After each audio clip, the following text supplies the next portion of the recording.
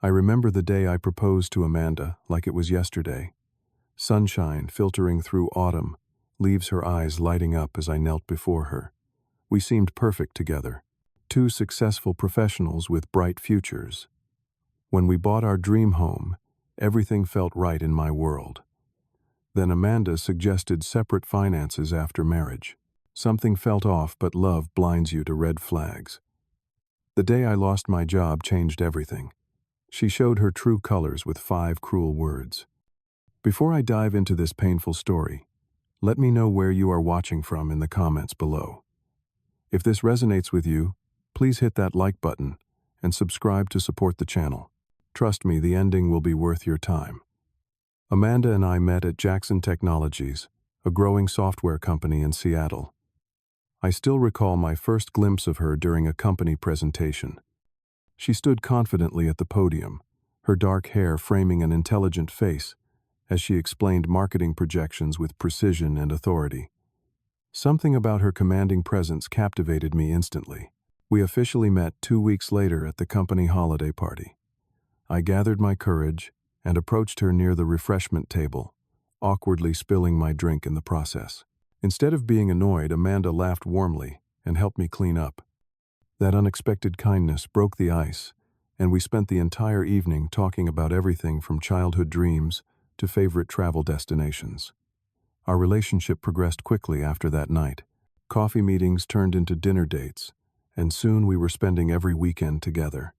Amanda was unlike anyone I had dated before, smart, ambitious, and seemingly caring.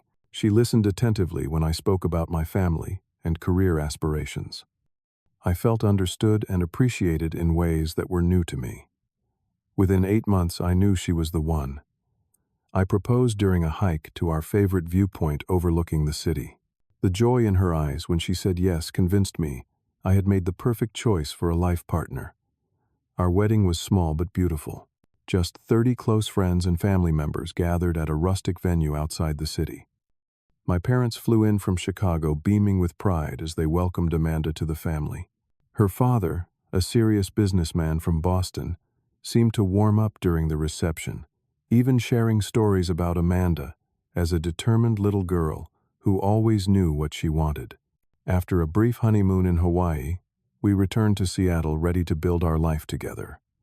Both earning good salaries, we decided it was time to put down roots.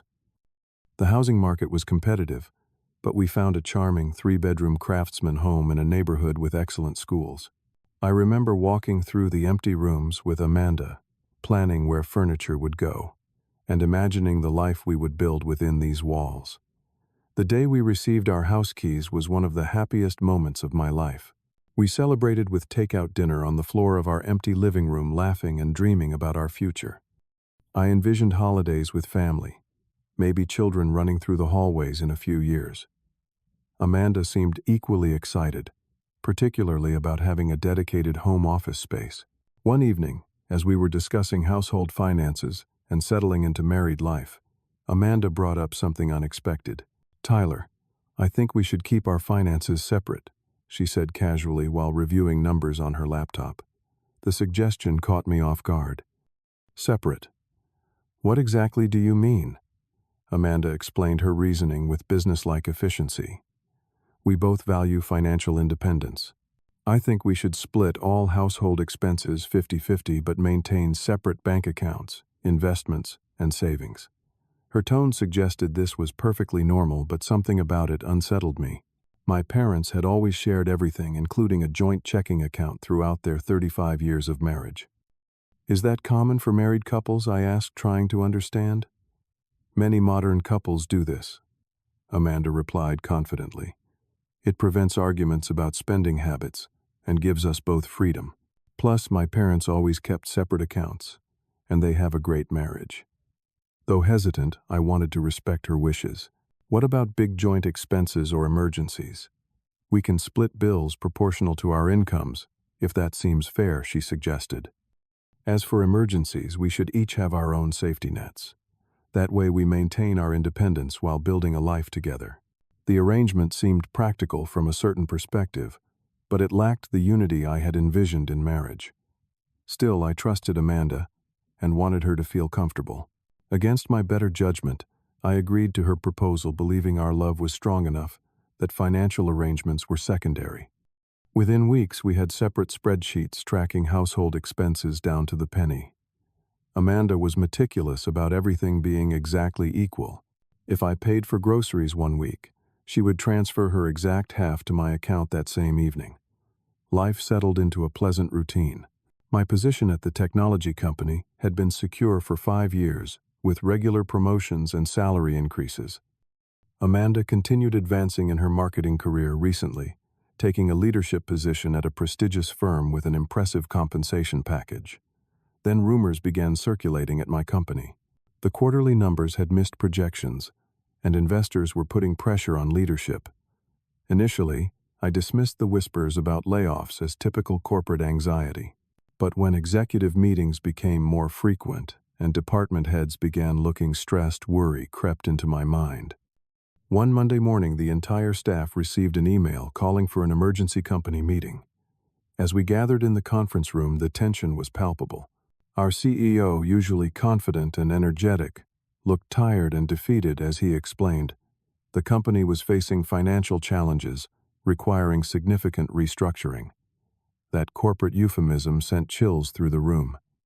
3 days later, I received a calendar invitation for a meeting with my department head and someone from Human Resources. My stomach dropped as I realized what was coming. Despite my performance reviews being consistently excellent, my entire division was being eliminated as the company pivoted its business strategy. 15 minutes in a sterile conference room ended my 5-year career. I was handed a folder containing severance information and instructions for returning company property. My manager, avoiding eye contact, assured me this was purely a business decision, not a reflection of your contributions. Small comfort as I packed my belongings into a cardboard box and walked past sympathetic glances from colleagues who had survived this round of cuts. Driving home that afternoon, my mind raced with questions. How long would my severance last? How difficult would it be to find another position? And most importantly, how would Amanda react to this sudden change in our carefully balanced financial arrangement? I practiced different ways to break the news to Amanda on my drive home. We had never faced serious adversity together, and I hoped this challenge would bring us closer. When I arrived home, I found Amanda at her laptop in our home office, focused intently on a presentation. "Hey, do you have a minute to talk?" I asked from the doorway, still holding the cardboard box from work. She glanced up, her eyes widening slightly at the box. What happened? I took a deep breath. The company had major layoffs today. My entire department was cut. I waited for her to rush over to offer comfort or reassurance. Instead, Amanda remained, seated, her expression shifting from surprise to something resembling annoyance. "That is unfortunate," she said finally. "But you will find another job soon. You have good experience." Her response was so clinical, it left me speechless. There was no empathy, no concern for how I might be feeling, just a matter-of-fact acknowledgement and immediate assumption that I would quickly solve this problem. "The tech sector is actually going through some contractions right now," I explained. "It might take longer than usual to find something comparable." Amanda nodded distractedly, already turning back to her work. "Well, make sure you start applying immediately. We cannot afford a gap in our expense sharing." Those words stung more than the layoff itself. I had just experienced a significant professional setback, and her primary concern was how it would affect our financial arrangement, not my well-being or what this meant for my career. The following weeks confirmed my worst fears about our marriage. I spent days updating my resume, networking with industry contacts, and applying for positions. The job market was indeed tight, with many qualified candidates competing for fewer openings. Each interview seemed promising, but inevitably ended with, "We decided to go with another candidate" emails. As weeks turned into months, my severance package dwindled. I began withdrawing from my personal savings to cover my share of our expenses. Each morning, Amanda would leave for her office in professional attire while I sat at our dining table, scrolling through job listings and sending applications into the digital void. 4 months after my layoff, My financial situation became critical. One evening, as Amanda reviewed our monthly expense spreadsheet, she frowned at the screen. "Your transfer for the utility bills is late," she said without looking up. I had been dreading this conversation. "I need to talk to you about that. My savings are nearly depleted. The job market is much tougher than I anticipated." Amanda finally looked at me, her expression hardening. "What exactly are you saying, Tyler?" "I am asking if you could cover a larger portion of our expenses temporarily," I explained. "Just until I secure a new position. I would pay you back, of course." Her response came swiftly and coldly. "I agreed to marry you, not financially support you. We had an agreement about keeping our finances separate. But we are married."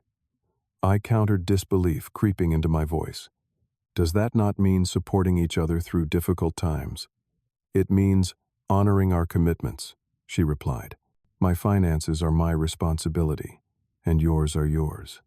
That was always our understanding." The conversation devolved from there.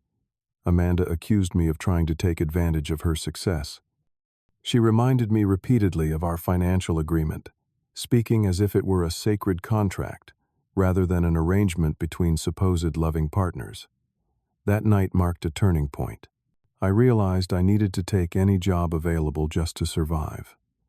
The next day I applied for positions I would never have considered before: retail food service delivery driving. Within a week I had cobbled together 2 part-time jobs, working evenings at a restaurant and mornings delivering packages. The work was physically exhausting and paid a fraction of my previous salary, but it allowed me to contribute something toward our household expenses. I would leave before dawn for my delivery route, return home for a few hours to continue my professional job search, then head to the restaurant for evening shifts that often ended after midnight. Rather than admiring my determination, Amanda seemed embarrassed by my new occupations. When her colleagues or friends visited, she would vaguely refer to me as between professional positions or change the subject entirely. One evening I overheard her on the phone with her friend Jessica. "It is just temporary," she said in a hushed tone. "To be honest, it is somewhat embarrassing. My husband delivering packages and waiting tables at his age." Each word felt like a physical blow. The woman who had promised to stand by me through better or worse was now ashamed of me for doing honest work to uphold my financial responsibilities. As the weeks passed, Amanda began spending more freely than ever. She purchased expensive new clothes, scheduled regular spa treatments, and planned a weekend getaway with her friends to Palm Springs. Meanwhile, I was counting pennies, bringing home leftover food from the restaurant, and selling electronics I no longer needed just to make my share of the mortgage payment. When I gently questioned a particularly expensive handbag purchase, Amanda responded defensively. "My money is mine to spend as I choose," she said sharply. That was the entire point of keeping finances separate.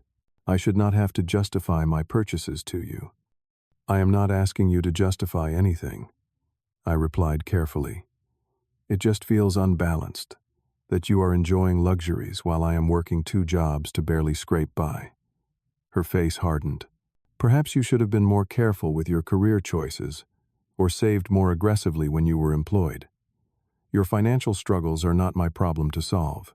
The emotional distance between us grew with each passing day. We no longer shared details about our days, or made plans for the future. Our conversations revolved around household logistics and expense tracking. Physical intimacy had long since disappeared. We had become roommates who occasionally shared a meal in silence.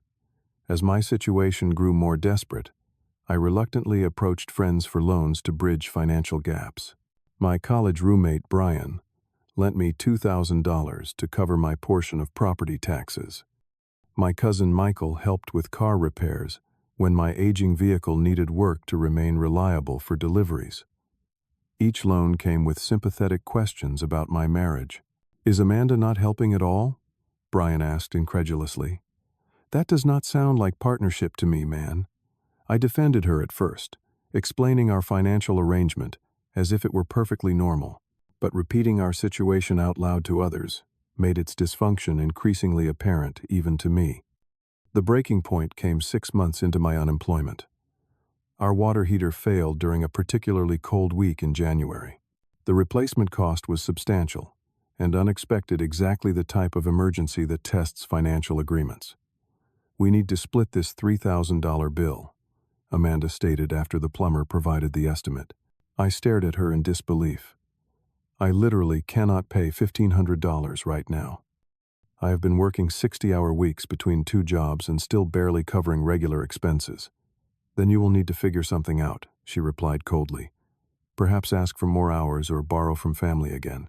Something inside me finally snapped. "This is not how marriage works, Amanda. We are supposed to support each other through hardships."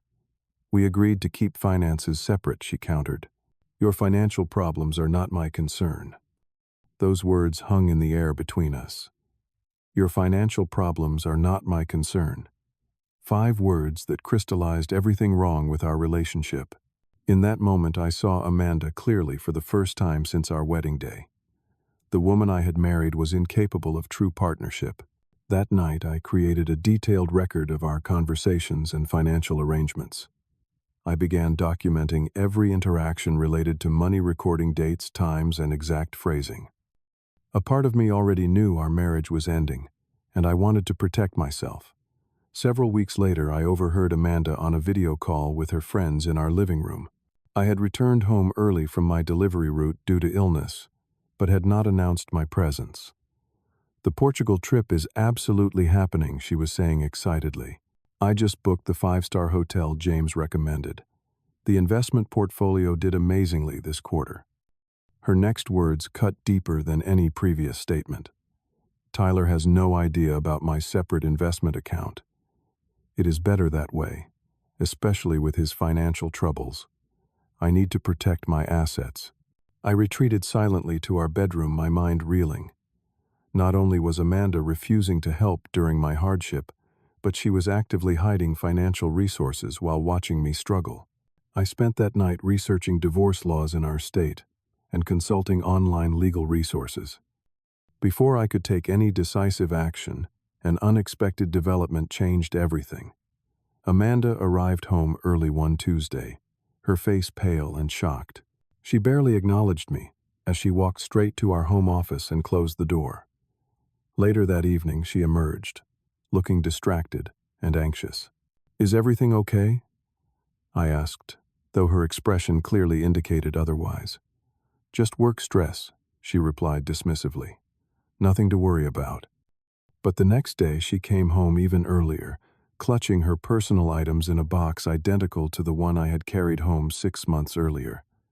Her composed facade had completely crumpled. "They closed our entire division," she announced, voice trembling. "Effective immediately. No warning." Unlike my gradual layoff with rumors and signs, Amanda's company had made a sudden strategic decision to eliminate her department entirely. Her position, which she had believed was secure and prestigious, had vanished overnight. "Did they offer severance?" I asked. 3 months, she replied, slumping onto our couch. "But that is not the point. This will damage my career trajectory." I was on track for the executive team. For a brief moment, I felt sympathy. I understood the professional devastation she was experiencing. Then I remembered her complete lack of empathy during my own identical situation. "You will find another job soon," I said, echoing her words from months earlier. "You have good experience." Amanda looked up sharply, detecting the familiar phrasing. "This is different," she insisted. "My position was specialized. It might take time to find something comparable." "The job market is challenging right now," I agreed neutrally. "You should start applying immediately." Over the next few days, Amanda experienced the same shock and grief I had navigated alone. She oscillated between denial, anger, and panic. Unlike me, however, she seemed utterly unprepared for financial uncertainty despite her insistence on separate finances. 2 weeks into her unemployment, Amanda approached me in the kitchen with an unexpected request. "Tyler, I need to discuss something with you," she began hesitantly. "My portion of the mortgage is due next week, and I was thinking perhaps we could adjust our arrangement temporarily." "What kind of adjustment?" I asked, already knowing what was coming. Since you are working now, maybe you could cover a larger percentage of our expenses while I focus on finding the right position, she suggested, as if this were a perfectly reasonable request. I took a deep breath and responded with words that had been forming in my mind for weeks. Your financial problems are not my concern. Her expression shifted from hopeful to stunned. Excuse me, those were your exact words to me, Amanda. For months, I worked 2 jobs, borrowed money from friends, and struggled while you watched without offering help. That is completely different, she protested, voice rising. We are talking about our home. It was our home when I could not make payments too. I replied calmly. You made the rules very clear. Separate finances mean separate problems. Amanda's face flushed with anger. I cannot believe you would throw that back at me when I am vulnerable. That is cruel and petty. Is it? Or is it exactly the arrangement you created and insisted upon? I never expected to lose my job, she exclaimed. Neither did I responded quietly. But that is how life works. Unexpected things happen, and married couples typically support each other through them. That is what I needed 6 months ago. So this is revenge, she demanded. No, Amanda. This is the reality of the marriage you designed. In the days that followed, Amanda cycled through various emotional states. First came anger and accusations. She called me heartless and vindictive. Then came attempts at manipulation, claiming her situation was objectively different and more serious than mine had been. Finally, when those approaches failed, she resorted to tears and pleas. I made a mistake, she admitted, during a particularly honest moment. I see that now. I had been waiting months to hear those words, but they came too late, and for the wrong reasons. She was sorry because she needed my help now, not because she recognized how deeply she had wounded me. I have been thinking about our marriage for a long time, I told her, about what it means to be partners in life. When I lost my job, you showed me exactly where I stood with you. I was not a partner, but a financial contributor. When my contributions stopped, your commitment wavered. That is not fair, she protested weakly. What is not fair, I continued, is watching your spouse work 60-hour weeks at jobs beneath their qualifications, while you enjoy luxuries and hidden investment accounts. Her eyes widened. You know about that. I heard you discussing it with friends. Just like I heard you express embarrassment about my delivery and restaurant jobs. Jobs I took specifically to maintain my financial commitments to you. Amanda fell silent, perhaps truly seeing her behavior clearly for the first time. Here is what is going to happen, I said, having thought this through carefully. I recorded our conversations over the past months. I have documentation of your refusal to help during my financial hardship, despite having the resources to do so. I also have records of the money I borrowed from friends specifically to meet my obligations to our household. Amanda stared at me in disbelief. You recorded our conversations. After you said my financial problems were not your concern, I realized I needed to protect myself, I explained. Now I want you to transfer funds from your investment account to repay the loans I took from Brian and Michael. You will also reimburse me for the excess utility and grocery costs I covered while working 2 jobs. You cannot be serious, she whispered. I have never been more serious, I replied. This is not about revenge, Amanda. This is about fairness and accountability. You created these rules. Now you need to live by them and make things right. Faced with the evidence of her own callousness, Amanda had little choice but to comply. Over the next week, she liquidated portions of her investments and transferred the money as I had requested. The process was uncomfortable but necessary for both of us. During this period, something unexpected happened. I received an offer from a technology startup that had been impressed by my persistence and range of experiences. The position offered growth potential and a salary comparable to my previous job. After months of struggle, my professional life was finally regaining stability. As I established myself in the new role, Amanda continued her job search with increasing desperation. The specialized nature of her previous position indeed made finding comparable work challenging. Watching her experience the same anxiety and rejection I had faced created no satisfaction for me. Despite everything, I did not wish her to suffer. 3 months into her unemployment with her severance package, nearly exhausted, Amanda approached me with a different attitude than before. "I understand now what you went through," she said quietly one evening. "The rejection, the fear, the loss of identity. I treated you terribly, and I am truly sorry for that." This apology felt more genuine than her previous ones. There was a humility in her voice I had never heard before. "I have been thinking about what marriage really means," she continued. "When we said for better or for worse, those were not just words. They were a promise I failed to keep." For the first time in months, we had an honest conversation about our relationship and its fundamental flaws. Amanda acknowledged her priorities had been misplaced, valuing financial independence above partnership. I admitted I had agreed to an arrangement that made me uncomfortable from the beginning, instead of communicating my concerns. "What happens now?" she asked eventually. It was a fair question. Part of me had been ready to file for divorce, convinced our marriage was beyond repair. But seeing genuine growth and recognition from Amanda gave me pause. "I think we need a new agreement," I suggested. "One that reflects what marriage should actually be. We would maintain a joint account for household expenses and emergencies, with both contributing proportionally to our incomes. We would each keep personal accounts for individual spending, but with complete transparency. Most importantly, we committed to supporting each other through any future hardships, financial or otherwise." Amanda eventually found a new position, though at a slightly lower level than her previous role. She accepted it with a grace and humility I had not seen in her before. The experience of unemployment and financial vulnerability had fundamentally changed her perspective. As for me, my new job proved to be more fulfilling than my previous position. Working in multiple roles during my unemployment had broadened my skills and outlook. I approached professional challenges with newfound resilience and adaptability. Our marriage slowly began to heal. Trust is rebuilt in small moments over time, not in grand gestures.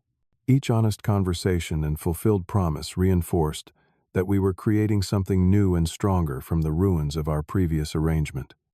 Looking back on this difficult chapter of our lives, I learned that true partnership means standing together when things fall apart, not just when everything is perfect.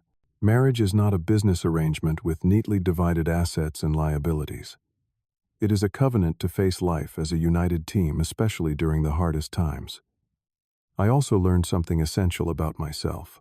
By standing firm in my values, even when it was difficult, I reclaimed my dignity and self-respect. Sometimes the strongest action is simply holding others accountable for their words and behavior. What about you? Have you ever faced a situation where someone's true character was revealed during a crisis? How did you respond? Share your experiences in the comments below. If this story resonated with you, please like this video and subscribe to the channel for more real-life stories about relationships and personal growth. Remember that difficult times often reveal the truth about our connections with others. Thank you for listening, and I hope this story helps you evaluate the partnerships in your own life.